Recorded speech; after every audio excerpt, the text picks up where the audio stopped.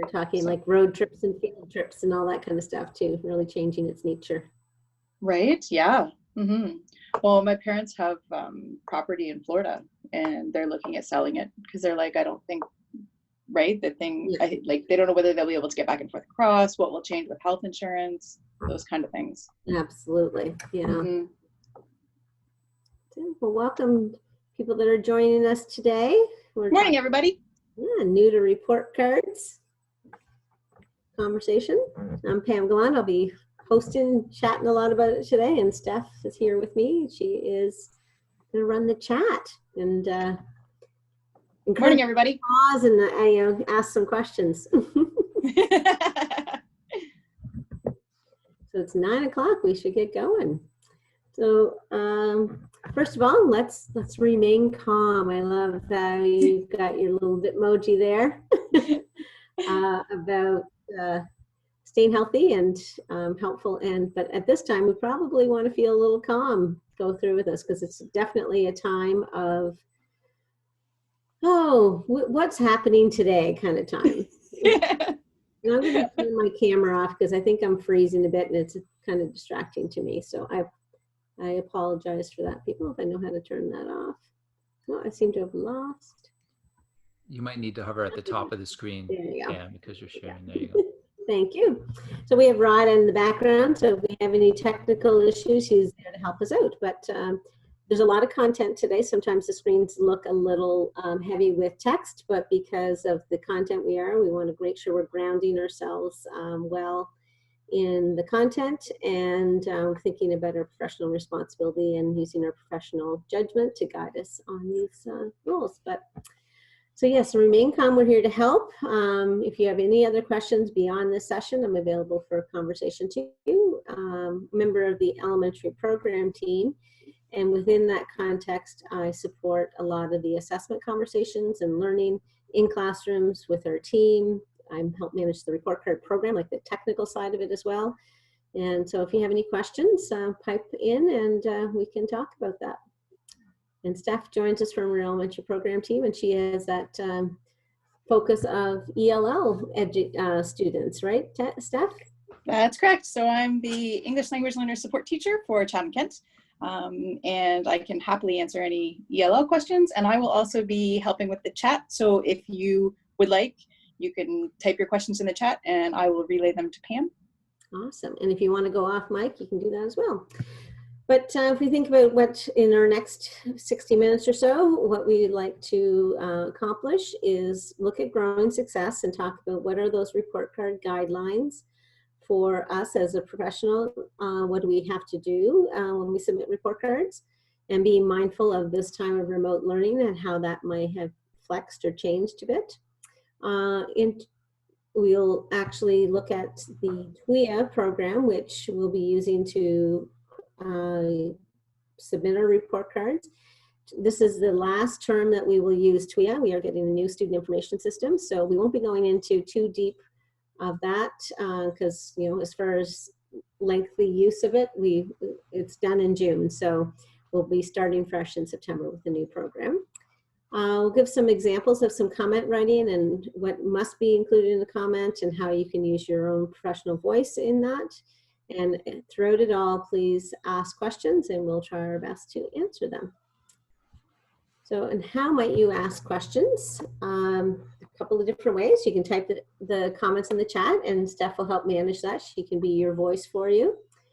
If you would like to turn on your mic and ask your question, you're more than welcome to do that too. And if you're looking fine today, feeling good, turn on your mic and your video camera and ask your question that way as well. So I apologize for not having mine on. Just the video stream is not my friend today, so I'll just keep it quiet for this part. So if we get right into it, when we get into the report cards, we think about what are the things that guide our professional responsibility about reporting about our students' learning, and where is our professional judgment in all of that process. So we look to two key documents to support this, and one is the curriculum. So all those documents guide us as to what is our professional responsibility as we craft activities, learning experiences for our students for language, math, FSL, whatever subjects you're teaching. So that guides us, and we look at that through the lens of the grades. And then from the assessment perspective, Growing Success is that document that helps us guide us what are our assessment practices. So how do we look at finding out what a student has learned and how well they have learned that through observation, conversations, and products. What does the achievement chart look like? What are our responsibilities as far as report cards, as far as marks that are reported, and as the comments that we include in them. So that is during our normal time, but now we are in this situation where we are doing remote learning. Our schools are closed. So we've had updates from the ministry, and they are ongoing as to how we guide the reporting of our students' learning. And it's my understanding that the latest update from the ministry has come down about report cards. And so the board and ETFO are in the process of making sense of that. So yesterday we received news from ETFO, and I'm an ETFO member as well as his staff. So we are looking at that as well and trying to make sense of that, about what is our professional judgment guidelines and what's our professional responsibility along with that. And our board is actually doing the same thing as well. So we do have one memo that you can refer to, but it's about 2 weeks old now. And I understand that we're going to be getting a new memo early in the week, next week, about report cards. So refining and adding clarity to the instructions as we go through. So as an FO member too, I am like trying to make sense of this. So how do we move from knowing how we used to do report cards and now in this special time, what is it that we're looking at? So I was thinking with the audience that we have here today, you're new to rewriting report cards, so you haven't had many experiences writing a report card, is who I'm thinking I'm speaking to today. But I did want to know that we're not always going to be living in this time of remote learning. We will eventually move back to the classroom. So we want to make sure we're talking about what is the foundations about assessment, but also be aware of how it might be different at this time. So here it is, the end of May, and as we're in the process of gathering all the evidence for our students to look at what they have been learning. And we do know that in this time of remote learning that we may have a smaller body of evidence than we would have if we had been in the classroom. And that is okay. So we can think about, as we move forward, we know we don't have as much to sift through as we normally would have. And so, but when we do look at our evidence, one thing that Growing Success talks to us about is that it is our professional responsibility to gather evidence in a variety of ways. And they call this the triangulation of data.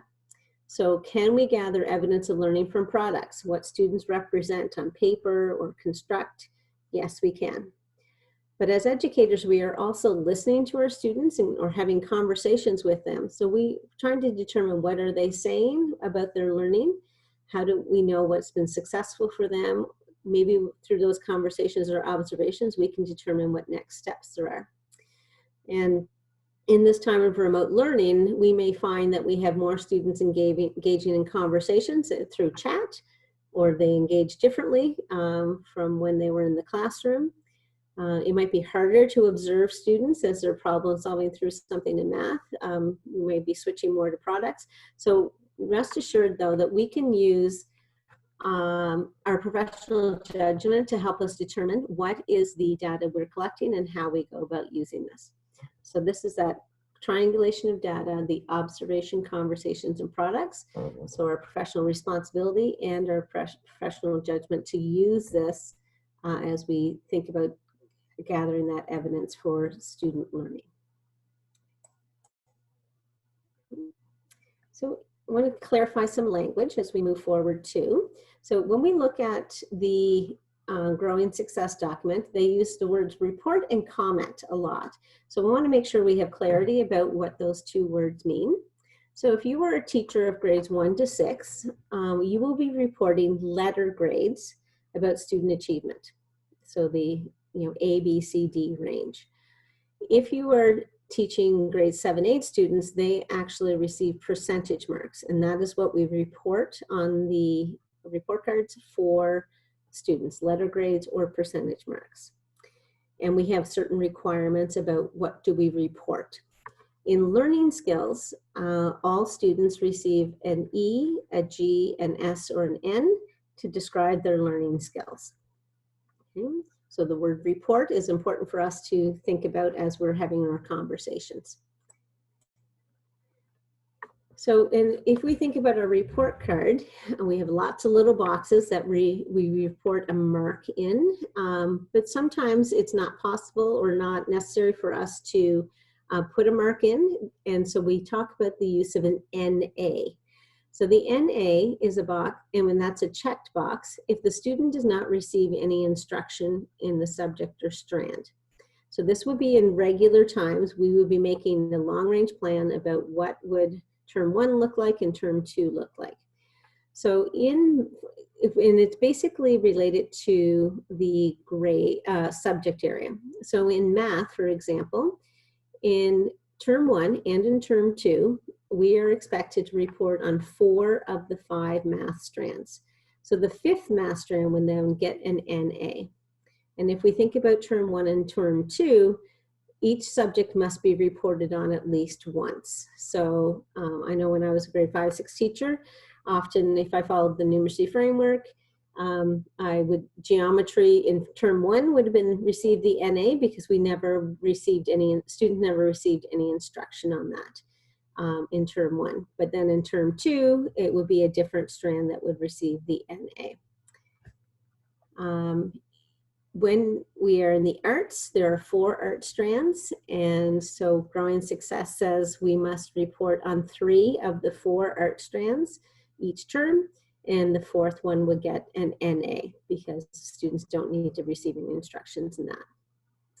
If you are a history and geography teacher, you have a little bit of choice with this. Some teachers choose to do history all in one term, and therefore geography will get the NA and flip it around for term 2. Or you may choose to do both history and geography in term 1 and history and geography in term 2, and you don't need to use the NA. So if we think about this time of remote learning and the fact that we didn't submit marks for term, like we are not responsible for inputting marks for term 1, you have some flexibility here. So if you think about your math instruction and going, which subject could I put the NA on?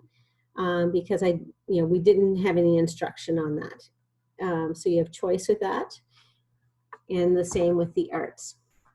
Are there any questions there, Steph, about the NA? No questions yet. Okay.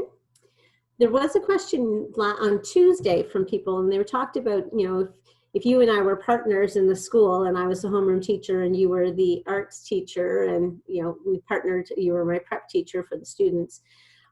Somebody asked about how do you determine what the 3 arts are? And I would recommend that would have been a conversation early in the school year. So you make that long range plan for what, subjects, how they're divided, 2 and 2 or 3 and 1.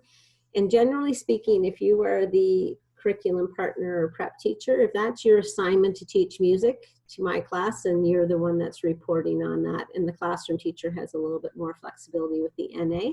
But that's a conversation we encourage you to have early in the year, and keep your principal informed of that decision as well. It's always great to have them as partner in it all.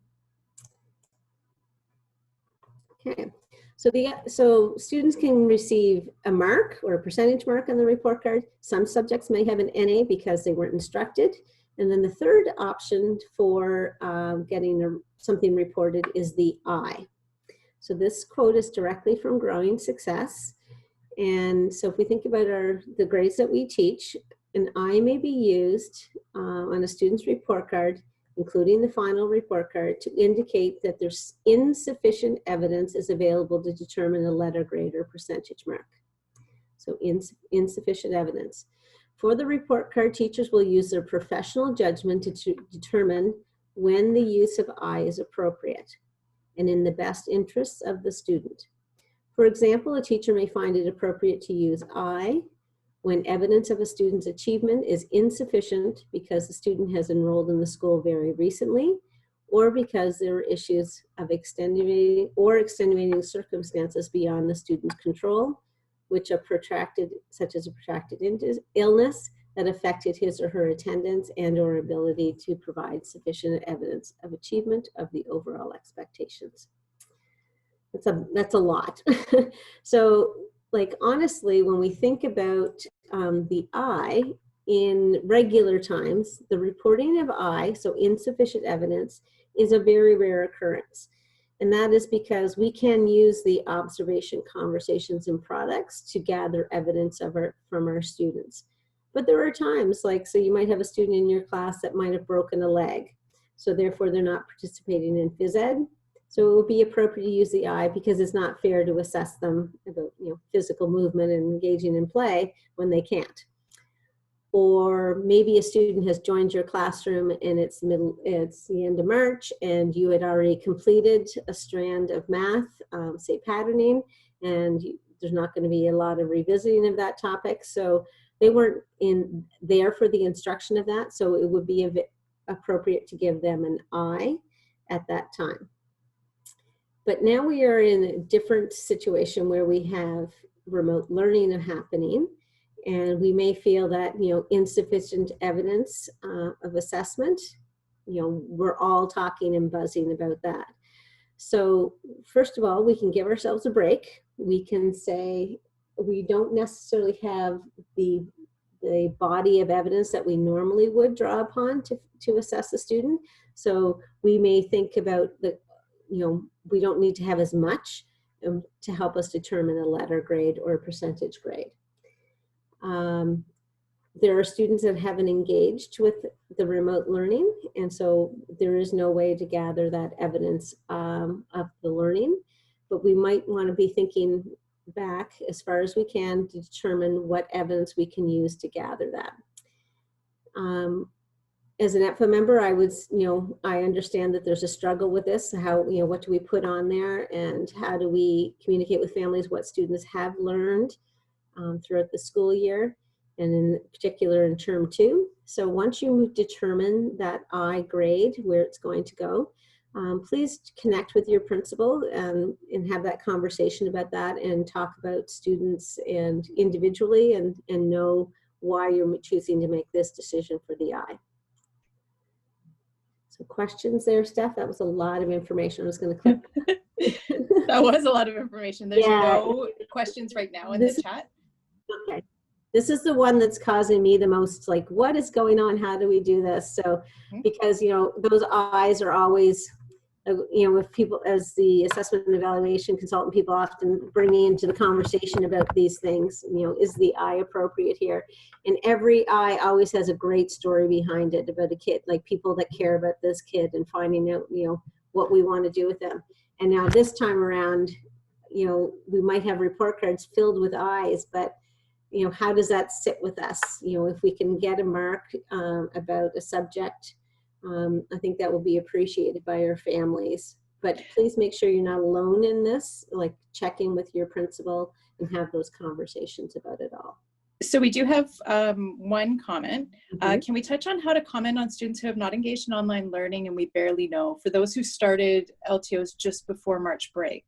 Yes, and I worry about, as we think about kids joining classrooms mid-year, we also have educators that are joining the school mid-year. Exactly. Yeah, I would encourage, like, you making connections with your principal, your prep time teachers, and your resource teacher to gather, have those conversations, and through the conversations with the students, that might help gather some evidence. It might take a little bit of extra work, but to connect back to the former teacher, like just to get a sense. And you can do that through principals. So if you're struggling with a particular student that has joined, to gather evidence on a student who has joined late in the school year, or you don't know the class well, connect with your principal and share that concern, because they have pathways to support you along with that. I lost my train of thought there.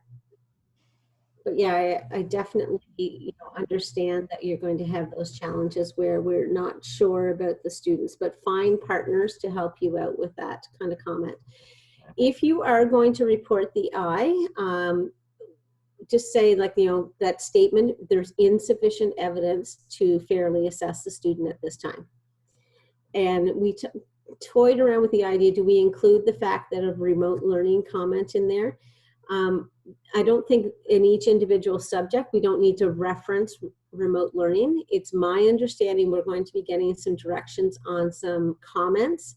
Like, I believe every student will get a comment about remote learning, like as a general opening statement somewhere on the report card. And our board will be giving us sentence starters. So that might add clarity to how do we communicate with our families. So I'm waiting to see those two. So I'm sure there will be something there about the I as well.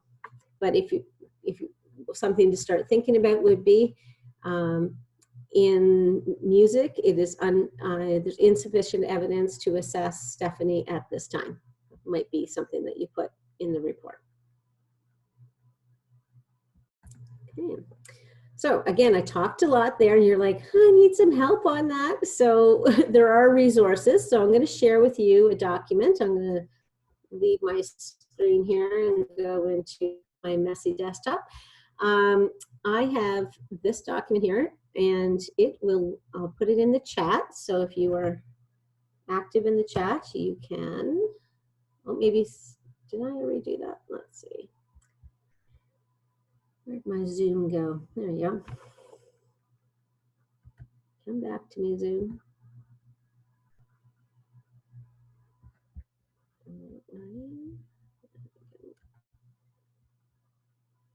And so in the chat, put that there. So the first document that is linked there is our elementary program notes. And as you go through that, you will come to a page that has this green bar down the side, and it will outline all of those reasons why you would give an NA, where the language around the I will go there. So you can find that in our elementary program notes.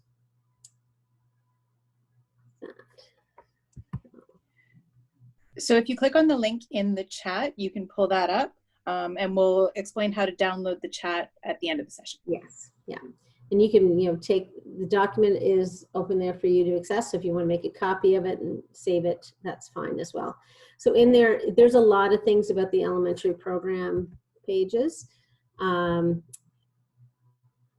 addition to report card information. Okay. So if you think then you've gone through your gathering your evidence, and you've started to think about making assessments, making that final judgment on the letter grades. So I was thinking about my grade 5 and 6 students. So I'm ready to add a few marks onto the report card. How might I go about doing that? So we'll be using the program called TWEA. Again, this is the last term that we'll use TWEA, and you access it in the staff intranet, and we access it through TWEA. In the interest of students' privacy, I'll be using screen captures here today, so it's not a live demonstration, because I didn't want to be sharing student names or any assessment data that has been added in already. So I'll just be using the screen capture with that. When you get there, you'll use your 6 and 2 and your unique password that you have for all your LKDSB access. And then you'll arrive on a page that looks like this. And so there's a lovely group of tabs along the top part. And when the first one is the subject piece. And so as a homeroom teacher, you would be able to look down and see what subjects you have been assigned to for the instruction. And for each, once you click on that, you'll see which students are put in that. So like language grade 5, music grade 5, math grade 6, you'll be able to see all of that sorted out. If you are a curriculum partner or prep teacher, you will have a list of all the subjects that you're teaching, so a variety of different classrooms, and the students are all listed in there. It's a good place to start to go and check to make sure everything's been assigned properly, especially if you are new to the school. The data entry, you might have things might have been put in incorrectly. So you just want to make sure you have access to all the students that you do need. I'm going to move over to the screen capture of the second one, the mark entry page. And so when that pops up, you will see that you'll be able to change the homeroom class. So if you're a prep room teacher, you'll be able to bounce from class to class. There's a drop-down menu for the subjects that go along there. And once you select a subject, you will see that you'll see the class list of student names over here, and you'll see all the marks that you can enter in. So you will see check marks that had been put in for progress report, but you'll notice that it's grayed out. You can't access and go and change that at that time. This does say report 1, and it too will be grayed out. It should be blank because of our APO action for term 1, nothing was entered there, and we are not required to go back and enter marks in for term 1. You'll be accessing the entering information for term 2.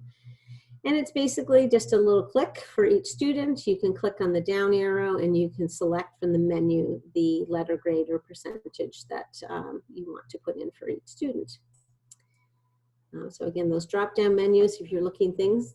And over here, to keep yourself happy, please make sure you save often so that you maintain all the information that you've put in. If you have a computer that has, like in TWEA, it pops up and say, like if you try to move to a different page, it will say, you know, do you want to save this? And you say, yes, I want to save this. And there's a timer. If you don't do any action for 20 minutes or so, then it will prompt you to save as well. Some teachers have discovered that they don't have those pop-ups coming, and because you have your pop-up blockers off. So you need to turn on your allow the pop-ups to show up, but if not, just get in the habit of saving the button there. Okay, so that's the mark entry piece. So it's just like basically, you know, a class list, and you can go in and put your marks in for each one.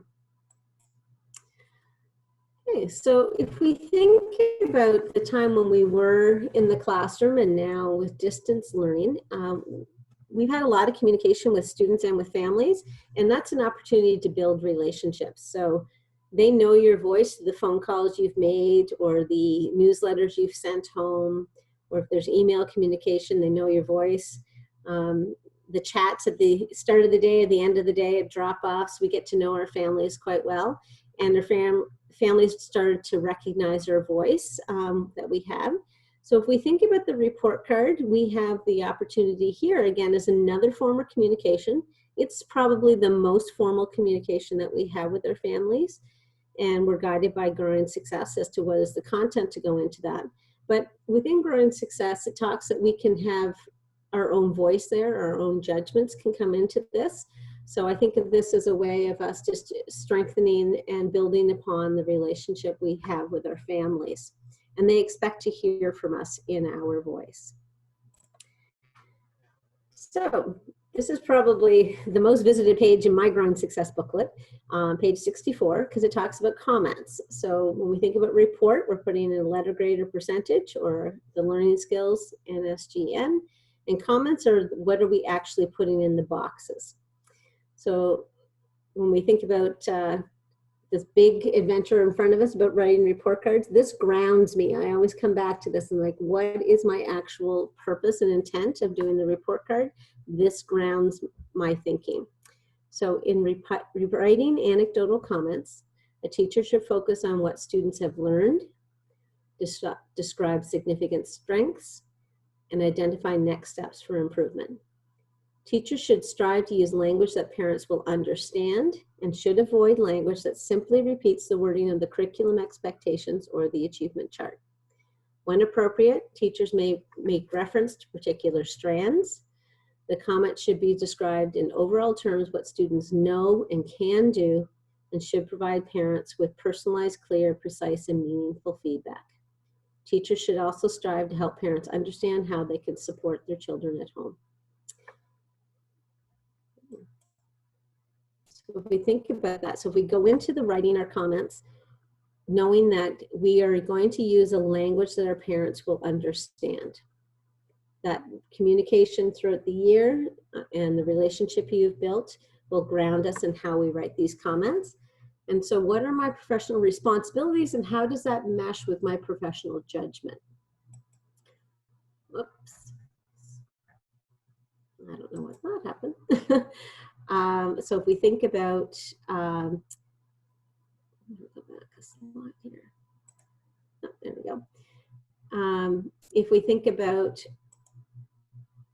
including what students have learned, and that's coming from those overall expectations in the curriculum. So how might we share that? And within that learning, what were the things that students were successful at? What were their strengths as they were learning those key expectations? And how might we help them make that next step? So what is it they can do next in their learning? And we can go to the curriculum to help us guide us in that. So because they've become successful in this element, they're now ready for this next step. And we can share that with parents in a language or a way that they can understand. So what have students learned? So we go to the curriculum. And how that might be evident in our classroom will be from those learning goals. So if we think back, we might have had posters up on our board or something on the smart board in the classroom that talked about learning goals, what our intentions were with the learning. Or now that we're doing remote learning, think back, what are the key things we want students to learn? You might want to take some time to sketch that out and say, like, in social studies, what was that key learning that I wanted students to walk away with? And the language for that might be around, we are learning to, and just or we are learning how to. And I love the addition of the so that.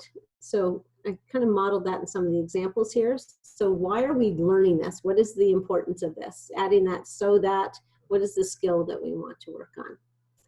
So before I go any further on that, Steph, any questions popping up?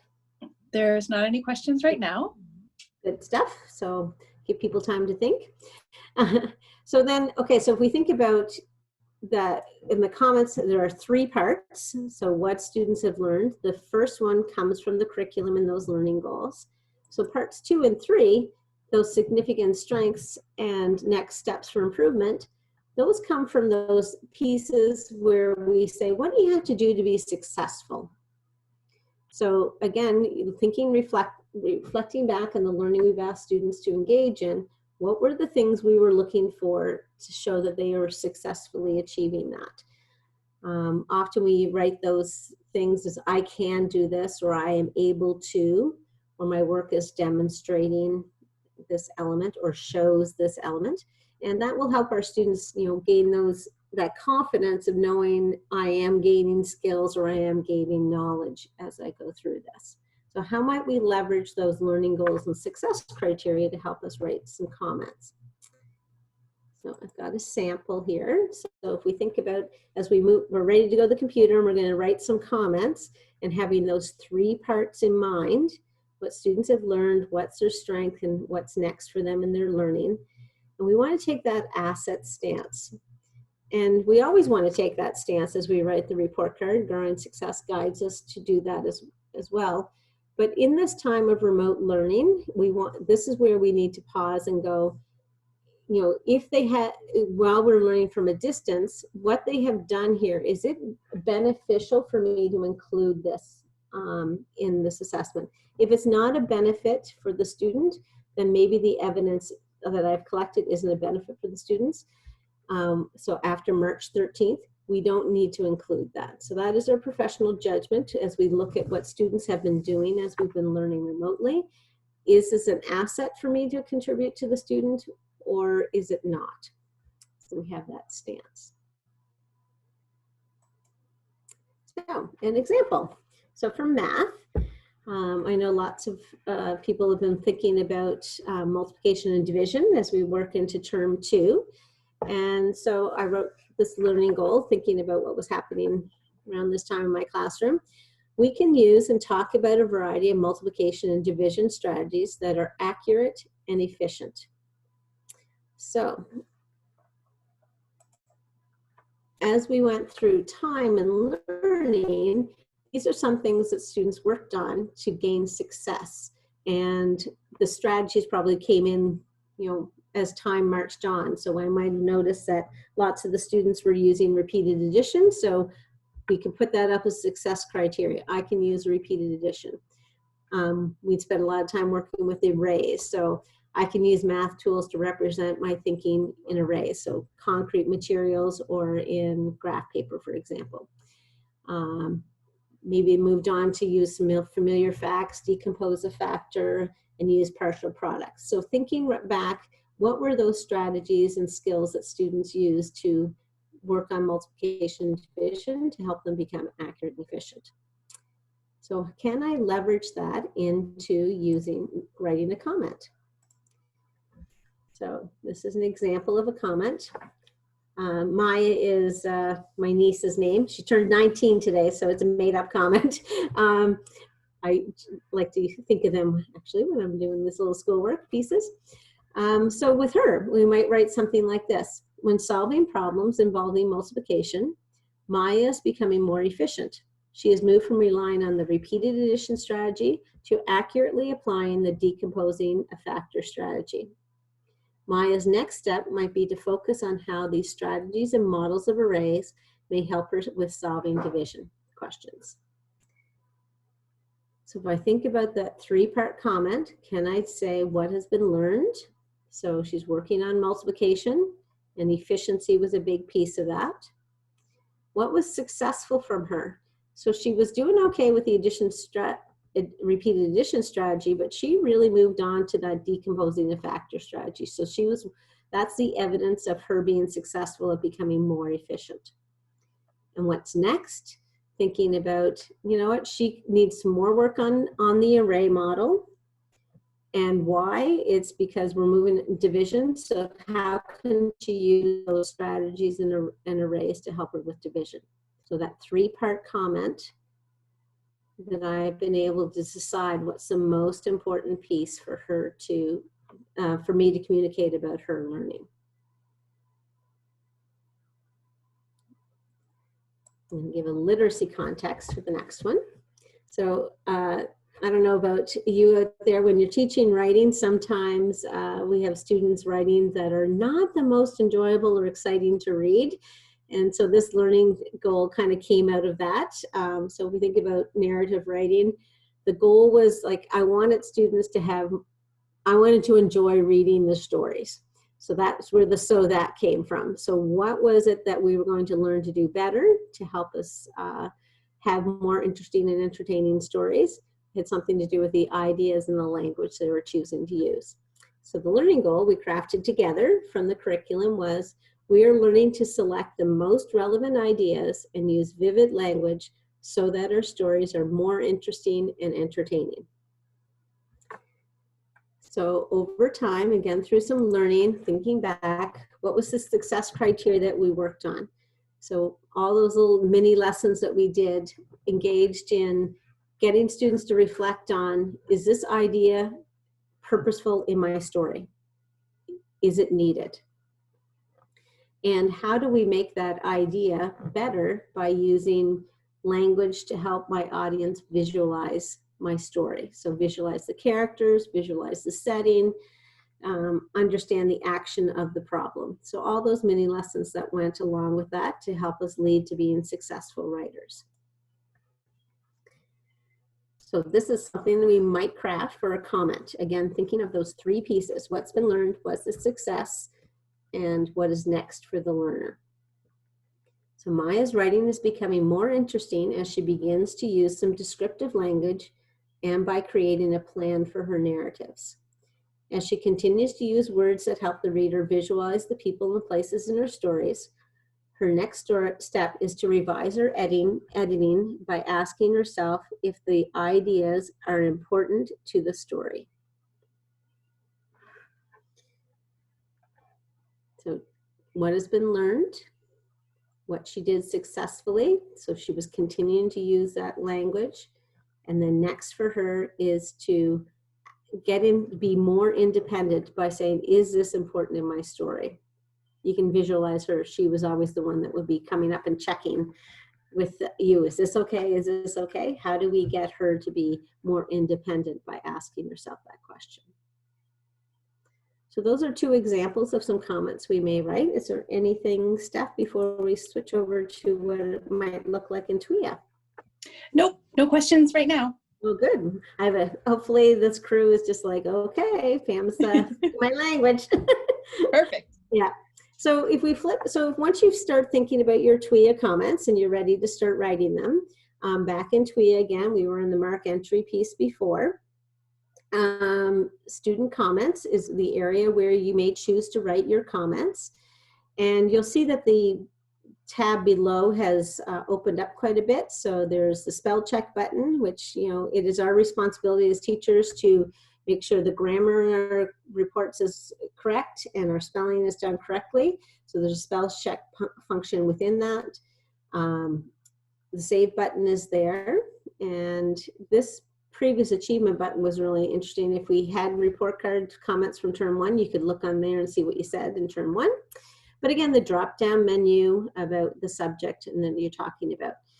And in this case, you have the students listed down here to the side, and every student, every box that you click on is a student's box about that subject. So in this case, it's dance. So you may be in the stance of like, I want to write my comments for dance today. I'm going to click through all my students, and every comment I put in here is about dance.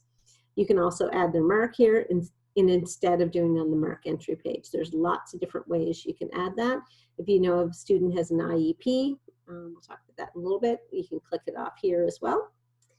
But you will also note that you have some functions in TWEA that help you. So if your comment is too long, it will turn red. Yellow first and then red, so that's helpful. If you are sharing the box in the art box, it seems to be the one that's the most, gives us the most grief over time, is the arts, drama, dance, and music all share the same box. So if you have a curriculum partner, I would test out the size of those comments first so you don't have to do some editing after the fact. So that's one way of viewing it, is the student comment view. You may also wish to look at the report card view. And in this case, when you click on a student's name, you see the entire report card for that student. So you can scroll through and see the whole thing. I often use that view when I was using a student that had a modified program. So because I often like to talk about, you know, be thinking about that student and write their report card as a whole entity. So I use that view. I would write their language and their math comments, move on to science and social studies, all in that view. So again, all the same functionalities happen there.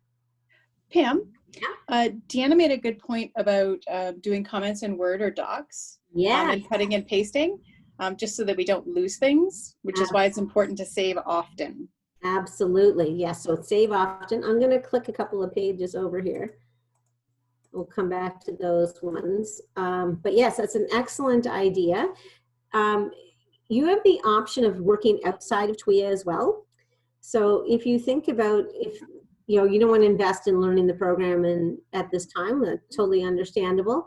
But you know, but I'm a master at Google Docs, or I feel very comfortable in Word and like copy and pasting, I got it. So you can work on outside of TWEA and just copy and paste things over. I do highly recommend using programs something like Grammarly that go along with that. So it checks your verb tense, it catches your spelling errors, you know, mispunctuation, that sort of piece. I use it a lot for my email writing and document production. It helped me out. I'm a horrible speller too. Laughing at myself this morning, I had to spell the word brilliant, and I'm like, I don't even know if I know how to spell brilliant. So I had to get a little giggle about that. And if you are using a device that has speech to text options on it, you go ahead and use those. Then you'll do your own editing, revising afterwards. But and the speech to text actually works really well within the program of TWEA as well. So thank you for reminding us about that.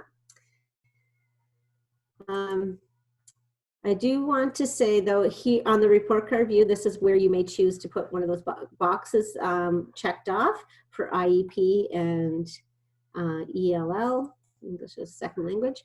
So again, in Growing Success, it talks to us about students with modified curriculum expectations have the IEP box checked. And there is a comment that is put here. This letter or grade is based on the achievement of expectations in the IEP that vary from the grade expectations, an increase or decrease in the number or complexity. Your resource teachers are excellent partners in this. Having conversations with them will help you guide through this. They are your, they deal with this a lot. So if you're having questions about particular students, please check in with them. And Steph, I know like you've had lots of questions about the English language learners, like do I check the box, not check the box? Right, so the ESL-ELD box is similar to the IEP box. It doesn't indicate that students are an English language learner, and it doesn't indicate that they are currently receiving extra support as an English language learner. It indicates that the curriculum has been modified for them. So on your class list, if you have English language learners, it will show them as with a step number. So students who are steps 1 to 3 are allowed to have modifications to the curriculum while they are acquiring English.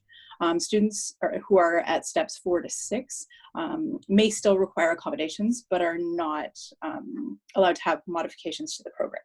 So if any or all of the expectations in a subject have been modified, you would check the ESL-ELD box for that student for that subject, which means that some subjects may be modified if they are language heavy, such as perhaps history or social studies or language, perhaps the language part of your math curriculum.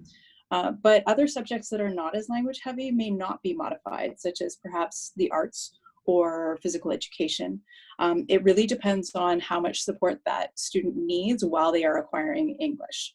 And I'm happy to consult on whether or not to check the box, and I'm always happy to answer emails about it. Excellent. So thanks, Steph.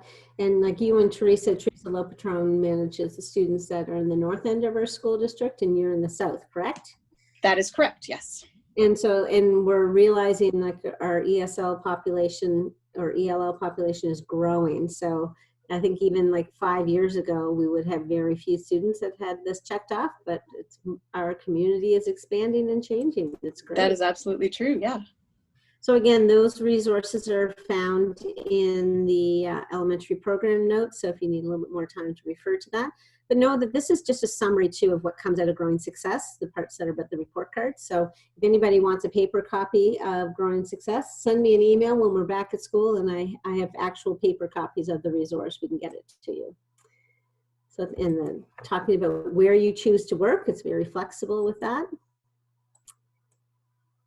And so now, in addition to writing the comments about what has been learned, what were the strengths and successes, and what's next for the students, the Growing Success talks to us, we need to add qualifiers to show the level of achievement with that. So level 1, 2, 3, or 4, how do we go about adding some qualifiers to help describe that?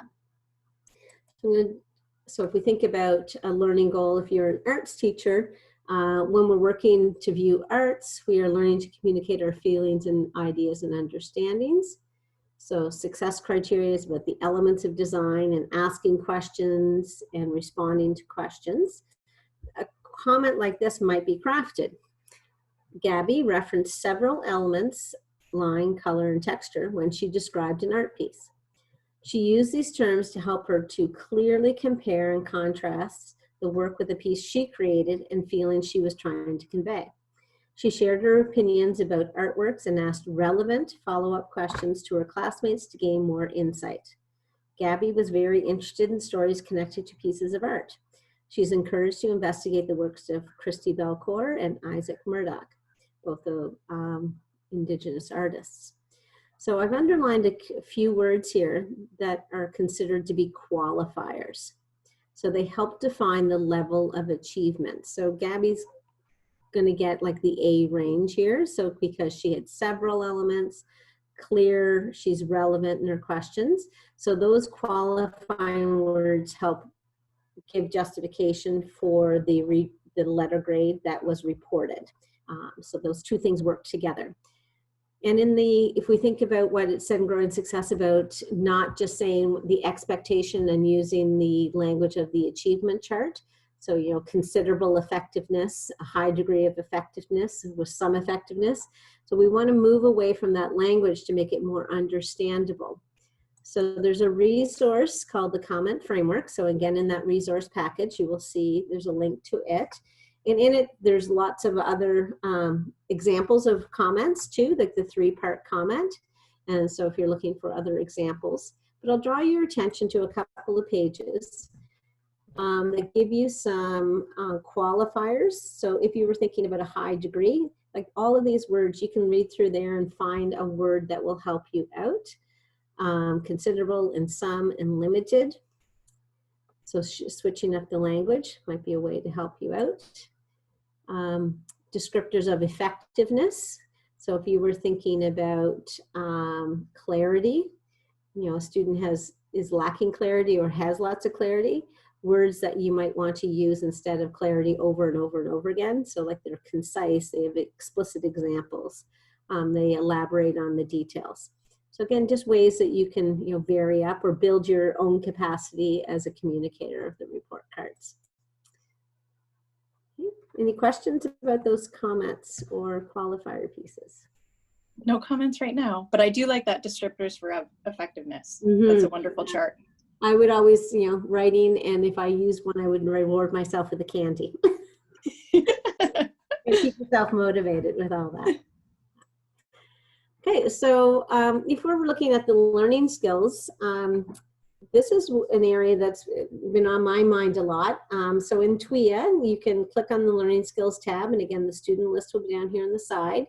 And there's, every time you click on a new student, you'll see their new learning skills piece. You will only be putting in the Term 2 learning skills spots. And your options are E, G, S, or N. There is no option for an I in the learning skills. So we are responsible for reporting something there. So again, if you feel like you're not, you don't know the students very well, again, reach out to principals, other prep teachers, just to have a conversation about the students, just to build your own capacity with that. And in the comment part, we are still expected to have that 3-part comment. So what has been the key learning with the learning skills? What is a strength with that, and what's next for the students with that, or something they can work on. So again, you're thinking about that gathering of evidence with those observations, conversations, and products.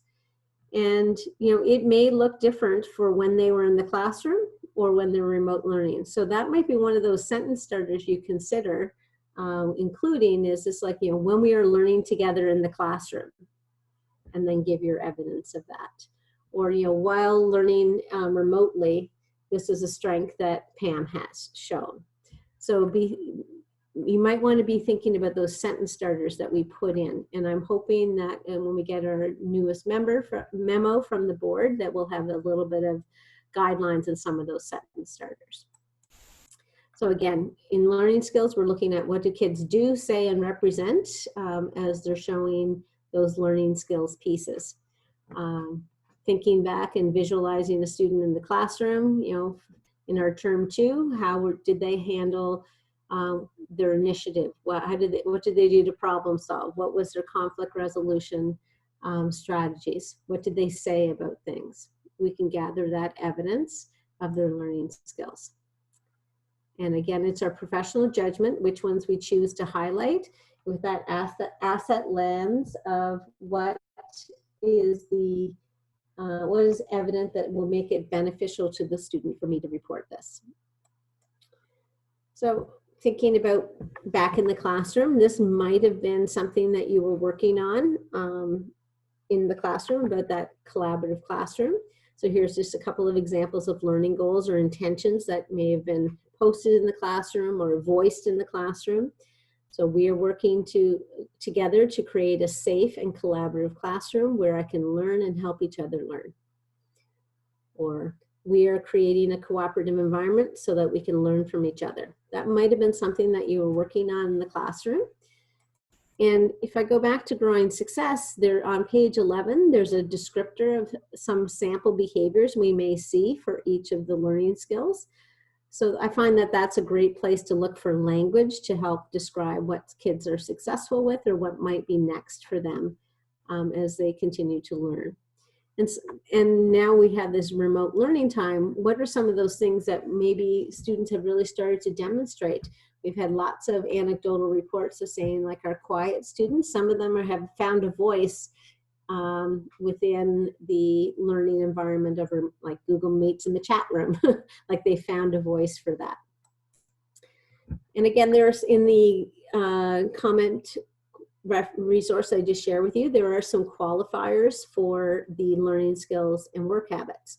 So if someone's good at something, like, what does that mean? So they're competent, they're confident, they are able to manage things, they have knowledge, they influence. And then some of those time descriptors, most often, regularly, kind of pieces that you might use to help with the descriptors.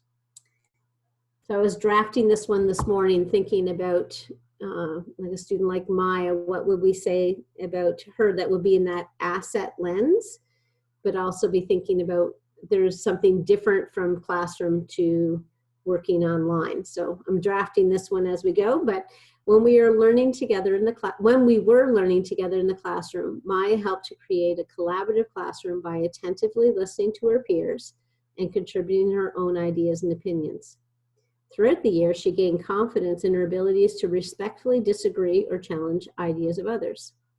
This was also evident during remote learning. Maya often used the chat function effectively to voice her thoughts and question or ask for more information from her classmates. So again, what has she been learning to do is to collaboratively work with others, and what's the evidence of that?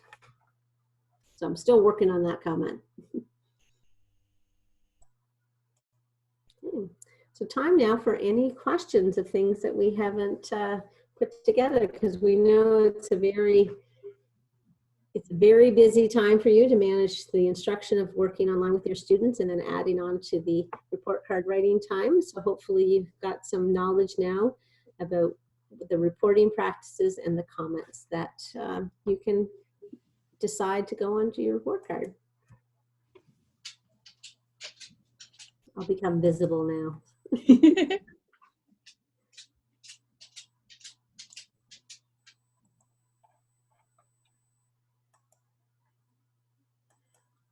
So I have in that resource that you shared, that I shared with you in the chat, the last one was a link to this PowerPoint or slide deck. So you'll have the PDF version. I think it's in there now. Is it, Steph? I can only see the first one. Oh, Emily's asking, are we still waiting for any information from the board before we get started? So you can get started now. I think, so the big picture pieces are about reporting student learning, thinking about your I piece. Again, that asset lens and about that term two evidence, that you're using that as your grounding place to gather information. Start having conversations with your principal if you think there's a student that's going to receive a lot of eyes, like, make them aware of that and be having all those pieces. What I believe will come from that might be most helpful coming at the start of the week is from what the ministry has said and FO has said, is those sentence starters that will help us with that. So again, you're always allowed to write in your own voice, but I'll be looking for those to see we get started on that. So start someplace soft where you'd like to get going, writing your comments that you feel you have the evidence of.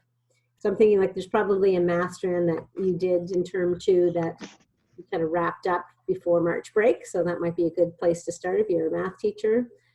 Okay. I'm a prep teacher, so I have a lot of different subjects to think about. Okay, yeah. Yeah, and with the eyes too, like if you have a class of 25 and you have 8 kids that engaged in something that you've done in remote learning, it's okay to give them a mark, and the rest, if you think I is the most appropriate thing to put for the rest of them, that is fine too. So you don't have to give the same mark for, like, the eyes don't have to be applied for the whole class. Okay. Yeah.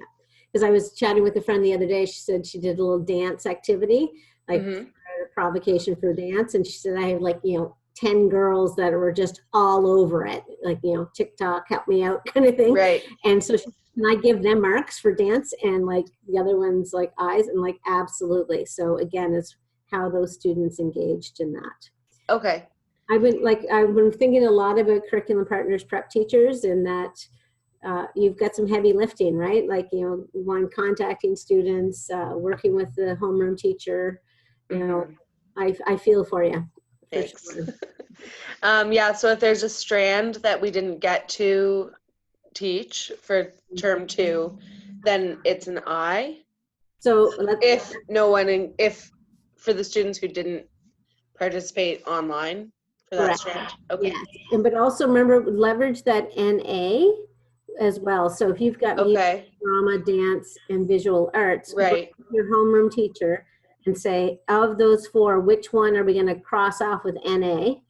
Okay. So And one of those gets crossed off for everyone? Yes. Okay. And then go with the 3 of them, what's left. Okay. If we can get a mark for one of them. Yeah.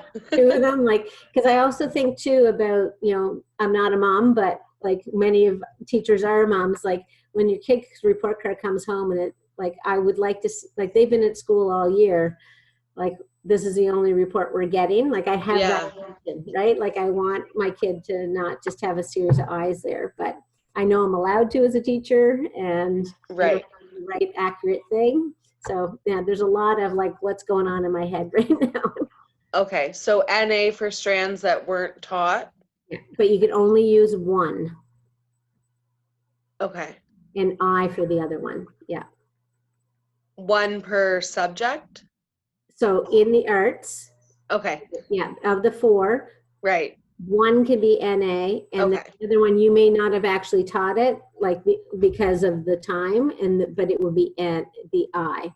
Okay. That's my understanding at this time. So, if the ministry comes out with more information, we can clarify that too. Okay. Thank you. Pam, also that based on the most recent EPFO email, Mhm. that all our evidence must just be from term 2. Sorry, I get to sneeze. Yeah. So these are the things that are evolving, correct? So like term 2, this is the report that we're writing, and we had about 5-6 weeks that we have official term 2. And so we're not putting in our term 1 marks, that kind of piece. But I'm thinking if I was teaching reading, like the kids I'm teaching didn't learn how to read like in the month of March. So I personally would have a hard time not thinking about the conversations and observations I've had for my students beyond term 1, but that's my thinking right now. So remember that you don't need a product to prove the evidence of that learning. It can be a conversation you had with student, ask them pointing questions. It can be observations that you had. Like I think back to science in my classroom, like when I was doing the electricity units, like I often had kids that didn't do very well on the test because they couldn't draw a diagram of what a series and parallel circuit looked like, but they can make every light bulb go. And like light bulbs and buzzers were going off. Like I observed that. So I knew that they were able to understand the difference between the two through their demonstrations. So yes, so all the guidelines we've had is using the evidence of term 2 from that time. And to me, personally, that's a little gray for me because I always think about the kids holistically. So again, these are things that I'm like wondering about. And, we have our professional judgment. And I think our professional judgment, if it's an asset to the kid, evidence is there to support that, then we can use that for sure too. And yeah, I'm anxiously awaiting that memo from our board to give us more direction. But again, it's like the triangulation of data. What does the ministry say? What does ETFO say? And what does the board say? and what's my professional responsibility within all that, and what's my professional judgment with that.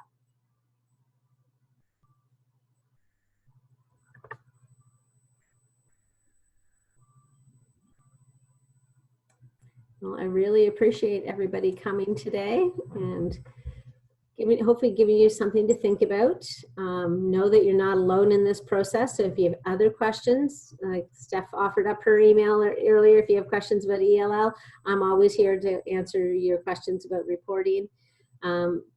Sometimes teachers share with me a comment they want to share and say, this is asset-based, or am I clear here?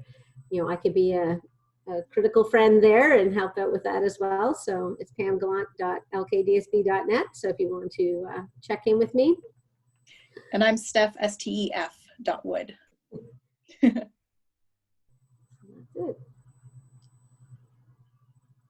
But good luck with everything, and remember to get outside or do something that it's good for your mental well-being and your happiness. Lift your heart. It's a lot of screen time, so I think we need to make sure we disconnect from that.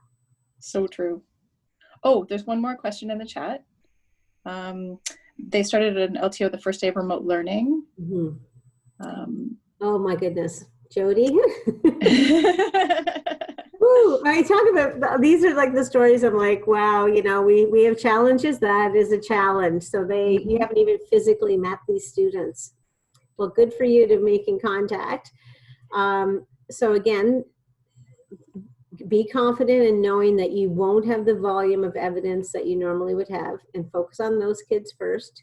There is an expectation, like, you know, we might have to talk with your principal and say, can I get some commentary from the teacher, like the teachers, other teachers that support the class. Reach out to your principal, and I'm sure you already have done that, because you know there was 6 weeks of learning there from their homeroom teacher that had them before. So where's that evidence piece going to? This kind of sprung up upon us, and so these situations, you know, they exist, like, you know, they happen. So but check with your principal, check in with me again, and maybe we can have an offline conversation sometime, how we can craft and pull together some pieces. I feel like I'm not really answering your question other than like, wow, that's a heavy load to lift.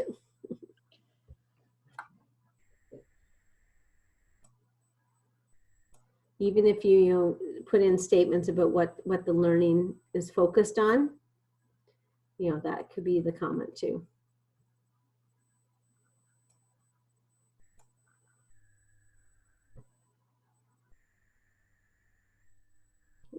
Well, I think that's our hour of learning. Oh, more than that. A little bit.